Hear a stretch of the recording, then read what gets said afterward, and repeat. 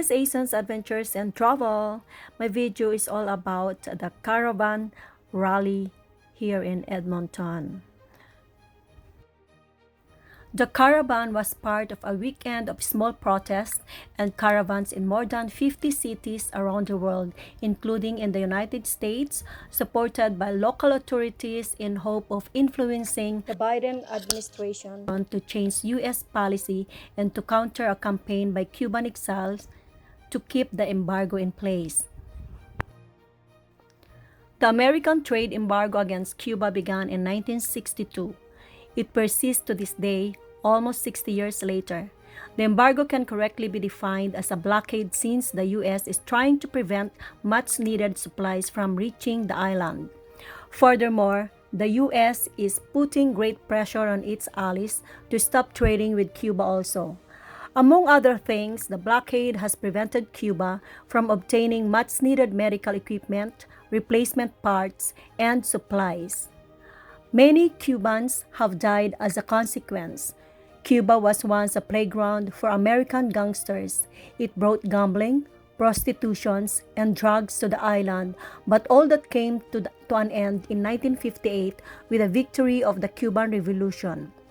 Cuba is a favorite tourist destination for Canadians. Without a doubt, Canadians want to see an end to the U.S. blockade of Cuba, a blockade which has cost the Cuban economy hundreds of billions of dollars over the many decades. Today's caravans against the U.S. blockade took place in Montreal, Winnipeg, Edmonton, Nanaimo, and Vancouver. It is part of a worldwide movement in support of Cuba. Today's caravan drove up and down one of Edmonton's busiest thoroughfares, White Avenue. Many signs and Cuban flags were displayed.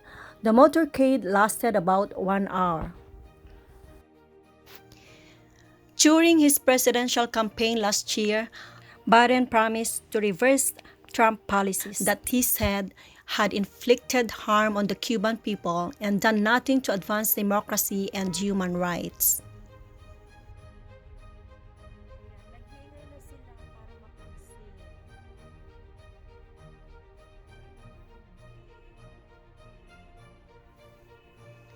Hundreds of Cubans took to Havana's famous seaside drive on Sunday in a colorful caravan of cars, motorcycles, and bicycles to demand the United States lift its 60-year-old embargo on the Caribbean island nation. The caravan was part of a weekend of small protests and caravans in more than 50 cities around the world. And I remember we visited Havana before, and they have also a big rally on May 1st. That was 3 years ago. Horns blared, Cuban flags fluttered, and masked protesters yelled, "Down with the blockade," as they passed the U.S. Embassy situated along the drive, known as the Malecon, in vehicles of all sizes and vintages. They're shouting, "We are here for the end of the blockade, for the end of the sanctions." Former U.S. President Donald Trump's administration took more than 200 initiatives to tighten the decades-old trade embargo on Cuba over 4 years, citing concerns about a lack of democracy and Havana's support for Venezuela's socialist government. In Santa Clara, located some 270 kilometers east of Havana, hundreds of masked drivers, cyclists, and bikers gathered to make their way through the city. Leonardo Fernandez, a 25-year-old medical student from Santa Clara, said the U.S. embargo continues to harm the living standards of the Cuban people. The blockade has hindered Cuba's access to medical supplies during the COVID-19 pandemic, he said. The U.S. unilateral policy toward the island affects our health system, our public transport network, and the society as a whole.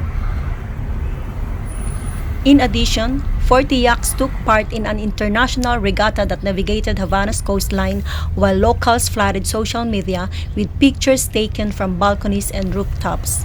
It is part of a world initiative in solidarity with the Cuban people, which took place over the weekend in more than 50 countries according to organizers. First imposed in 1962, the embargo was intensified by former U.S. President Donald Trump's administration, which banned U.S. flights to Cuban cities except for Havana, barred U.S. cruise ships from visiting the Caribbean nation, and limited remittances that Cuban Americans sent to their families on the island. What is special about Cuba? For many travelers, Cuba offers an unforgettable and unique experience. Cuba, with its mix of Spanish and African roots, is the largest, least commercialized, and most exciting island in the Caribbean. It is also one of the world's last bastions of communism, with a fascinating modern history. Cuba has had communist political system since 1959 based on the one state, one party principle. Cuba is constitutionally defined as a Marxist-Leninist socialist state guided in part by the political ideas of Karl Marx, one of the father of historical materialism, Friedrich Engels, and Vladimir Lenin. And Andre, my husband, is also a member of Marxist-Leninist. Cuba's government and economy.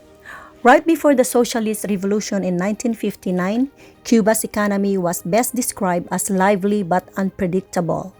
Although Cuba was one of the biggest importers of cars and telephones, and President Batista, who went on to become a dictator, oversaw a vast expansion of the sugarcane trade, one-third of the population lived in poverty.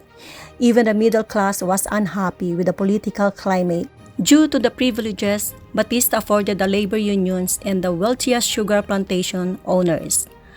What was once a peaceful agrarian society populated by indigenous people became a country which has known almost nothing but strife.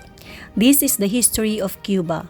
However, the country's ethnically diverse population is part of what accounts for Cuba's friendly and lively culture and the seemingly unbreakable spirit of the Cuban people.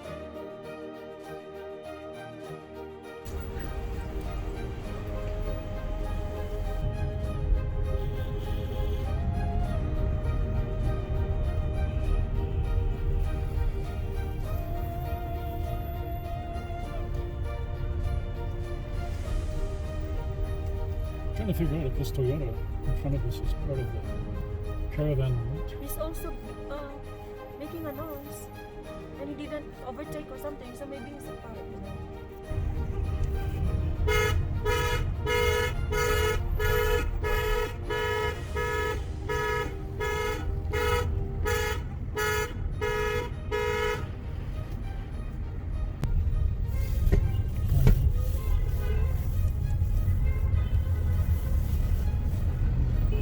Guy knows a French name.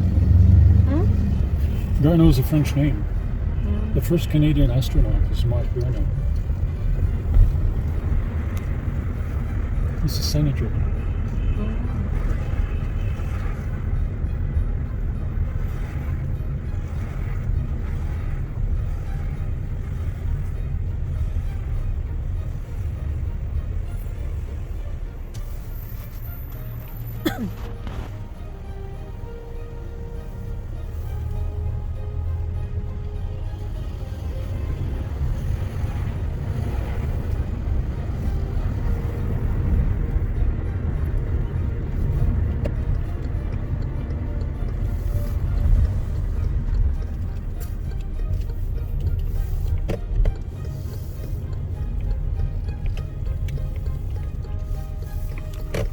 His part, he got a sign at the back, at the window, on his window.